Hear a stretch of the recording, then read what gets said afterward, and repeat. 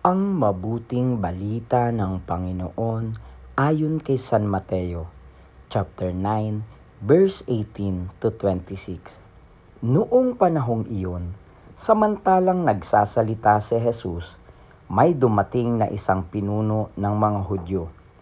Lumuhod ito sa harapan niya at ang sabi, "Kamamatay lang po ng aking anak na babae, ngunit sumama lamang kayo sa akin at ipatong ang inyong kamay sa kanya ay mabubuhay siya." Tumindig si Jesus at sumama sa kanya. Gayon din ang kanyang mga alagad. Sumunod din ang isang babaeng may 12 taon ng dinudugo.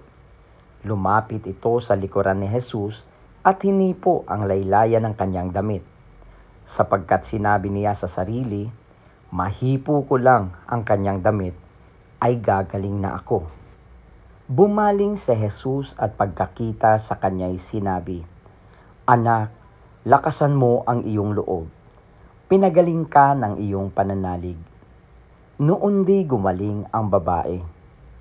Nang dumating si Jesus sa bahay ng pinuno, nakita niya ang mga manunugtog ng plauta at ang maraming taong nagkakaingay. Sinabi niya, "Magsilabas kayo, hindi patay ang bata, natutulog lang." At siya'y pinagtawanan nila. Ngunit nang mapalabas na ang mga tao, pumasok siya, hinawakan sa kamay ang bata at ito'y nagbangon. At ang balita tungkol sa pangyayaring ito ay kumalat sa buong lupaing iyon.